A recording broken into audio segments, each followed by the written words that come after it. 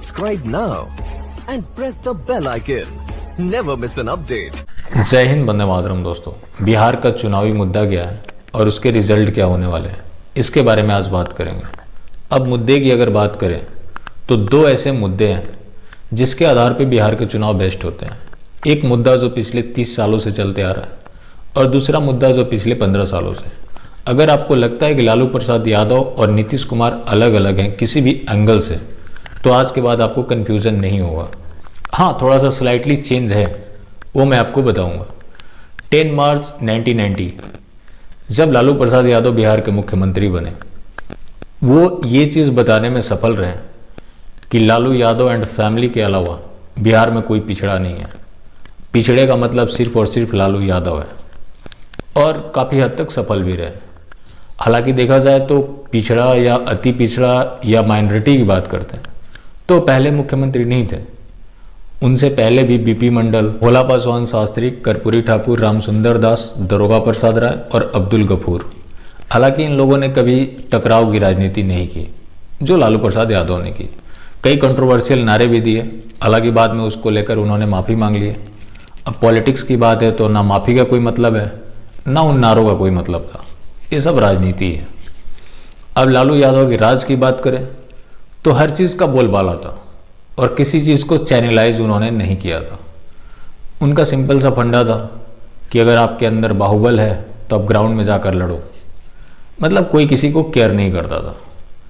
अब बात करें नीतीश कुमार की, 2005 में जब ये सीएम बने, इन्होंने वही सारे काम किए जो लालू प्रसाद यादव नारे लगाते थे, लेकिन इन्होंने सबको चैनलाइज कर दिया। अब लोग अपराध की बात करते हैं कि बिहार में अपराध कंट्रोल हो गया है, और तो ये पूरी तरह से एक छलावा है, क्योंकि इन्होंने ये किया कि जो जो बड़े बड़े चेहरे थे सबको इन्होंने ठिकाने लगा दिए। अब दो पक्षों में लड़ाई हो, एक को आप जेल में डलवा दो और दूसरे को वैसे छोड़ दो तो ऑटोमेटिक क्राइम कंट्रोल होंगे। और दूसरा एक सोशल चेंज की बात है। अब 90s की माइंडसेट जो थी लोगों की, आज वो चीज़ नहीं होंगी, क्योंकि उस समय नीड लिमिटेड होते थे, आज अनलिमिटेड है। वरना वो एक दौर था जो घर में एक की नौकरी होती थी तो 10 लोग आराम से एंजॉय करते थे, लेकिन आज कोई किसी की केयर नहीं करता। इसके अनुसार लोग जागरूक भी हुए, लोग पलायन भी हुए, वो पहले से होते आ रहे थे। उसका श्रेय नीतीश कुमार को मिला, और इन्होंने चैनल ऐसे बनाया जैसे पूरी तरह से सब कुछ कंट्रोल हो गया, लेकिन हुआ कुछ नहीं। और इनका जो काम था सारा वोट पे ही डिपेंड करता था। जैसे इन्होंने अपने वोटर कैसे बनाए, आपको पता है शिक्षा मित्र की जो वैकेंसीज हुई पंचायत के अकॉर्डिंग इन्होंने की, तो हर गांव में इनके वोटर मिल गए। उसमें भी लोग कमीशन देते थे, मतलब इनके घूस। उसका नतीजा ये हुआ कि हर गांव में लोग नौकरी में लग गए। नौकरी में लग गए तो इनके घर बैठे बिठाए कार्यकर्ता मिल गए। उसके बाद इन्होंने पंचायत चुनाव में रिजर्वेशन दिया, 50% महिला होगी। इस तरह से इनका इमेज एक ऐसा बन गया कि ये महिलाओं के सबसे बड़े हितैषी है। उस 50% रिजर्वेशन का क्या कि महिलाओं के सिर्फ नाम चलते हैं और मर्द सारा कुछ संभालते हैं।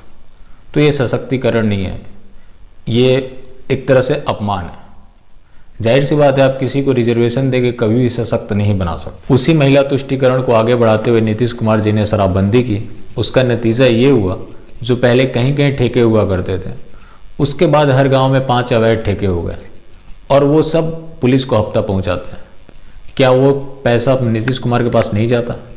उससे भी बड़ा सवाल ये है कि बिहार में शराब आता कहाँ से? जाहिर सी बात है, दूसरे स्टेट से आता है, तो बिना स्टेट के मिली भगत के शराब एंटर कैसे हो सकता है? क्या उन्हें नहीं पता है? तो इस पूरी तरह से उन्होंने दिखावा किया। रही बात घूसखोरी की, तो उसके रेट बढ़ गए, और सब मैंने जैसा कि आपको पहले बताया कि पूरी तरह से सिस्टम को चैनलाइज कर दिया। और इनके खिलाफ जिसने भी आवाज़ उठाई, आप जॉर्ज फर्नांडिस को देख सकते हैं, क्या उनका हश्र हुआ। और दूसरी तरफ अगर बीजेपी की आप बात करें तो बीजेपी का सुशील कुमार मोदी है, जिसको लेकर वहां की आम जनता में नीतीश कुमार और लालू से भी ज़्यादा भय है, और उसकी वजह से बीजेपी वहां पे कभी स्टैंड नहीं कर पाई। और रही बात नीतीश कुमार की, तो इन्होंने इमेज मेकिंग के लिए हरिवंश नारायण सिंह को लगा रखा था, जो अभी राज्यसभा के डेप्यूटी चेयरमैन हैं, वो पत्रकार थे। उन्होंने पूरी तरह से इनका इमेज मेकिंग का काम किया। नतीजा ये हुआ कि उनको भी प्रमोशन मिल गया। रही बात इनके चुनावी मुद्दे की, तो एक वही पुराना सामाजिक न्याय की लड़ाई, जिसकी लड़ाई लोग दिल्ली, मुंबई, गुजरात और डिफरेंट स्टेट में जाकर लड़ रहे हैं। और दूसरे जो कुछ लोग वहाँ बच जाते हैं, जो इनके शुभचिंतक हैं, उनको टिकट मिल जाता है, और एक दो लोग जाति के अकॉर्डिंग मंत्री बना दिए जाते हैं। यही है इनके सामाजिक न्याय की लड़ाई। और दूसरी तरफ लालू प्रसाद यादव का भय दिखाएंगे कि अगर उनकी सरकार आ जाती है तो यहाँ पे जंगल राज आ जाएगा। अब एक नया प्लेयर चिराग पासवान, जिन्होंने हर जगह इनके अगेंस्ट अपनी प्रत्याशी उतार रखे हैं, वो एक उनका एक मास्टर स्ट्रोक हो सकता है। क्योंकि जो बीजेपी के कार्यकर्ता हैं वो कभी भी नीतीश कुमार को देखना नहीं चाहते, या वो लोग जो बिहार के ही हैं और बाहरी दुनिया के बारे में खबर रखते हैं और चीज़ों को समझते हैं, उन्हें लगता है कि नीतीश कुमार को बदल देना चाहिए। क्योंकि नीतीश कुमार ने जो कुछ भी किया, थोड़ा बहुत टाइम के अकॉर्डिंग कुछ भी नहीं किया, क्योंकि ये सारी चीज़ें आज से 20 साल पहले हो जानी चाहिए थी, जो अब हो रही है और लोगों को बरगलाया जा रहा है। और चिराग पासवान का जो एक्सपेरिमेंट है वो कुछ हद तक सही हो सकता है, क्योंकि इससे पहले एक उपचुनाव हुआ था दरौदा विधानसभा, वहाँ भी जेडीयू ने अपने प्रत्याशी खड़े कर रखे थे और बीजेपी से अलायंस भी था। उस समय बीजेपी का एक प्रत्याशी निर्दलीय खड़ा हुआ, और जितने बीजेपी के कार्यकर्ता थे और बाकी लोग उसको समर्थन किया, और काफ़ी मार्जिन से उसने चुनाव जीता। अगर ये चीज़ हो जाता है तो बिहार में शायद कुछ चेंज आ जाए। अगर बीजेपी के साथ सत्ता सरकार ये बनाते हैं और सुशील मोदी को साइडलाइन किया जाता है, तभी बिहार के बारे में आप इमेजिन कर सकते हैं कि हाँ, वहाँ कुछ डेवलपमेंट होगा, वरना जैसे चलता है वैसा चलता रहेगा। और नीतीश कुमार जो हैं, इन्होंने पूरी तरह से अपना वोट मजबूत करने का काम किया। एक चीज़ मैं आपको पीछे बताना रह गया था, बिहार में स्टेट लेवल पे जो भी वैकेंसीज होती हैं वो एक खास डिस्ट्रिक्ट और ख़ास जाति के लोगों की होती है। उसी का परिणाम है लिपि सिंह। खैर, लिपि सिंह को इन्होंने नौकरी नहीं दी है, लेकिन जिस तरह से उसका बचाव किया जा रहा है उसी का परिणाम है कि वो भक्तों पर गोलियां चलवाती है, ऊपर से विक्टिम कार्ड प्ले करती है कि लोगों ने ही हिंसा की है और पुलिस वाले भी घायल हुए हैं।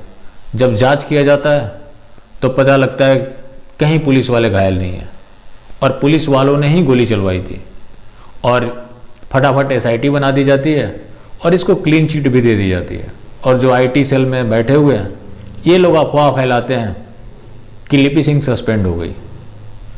तो ये है पूरा बिहार का मामला। बाकी फिर मिलते हैं किसी और अपडेट के साथ। जय हिंद।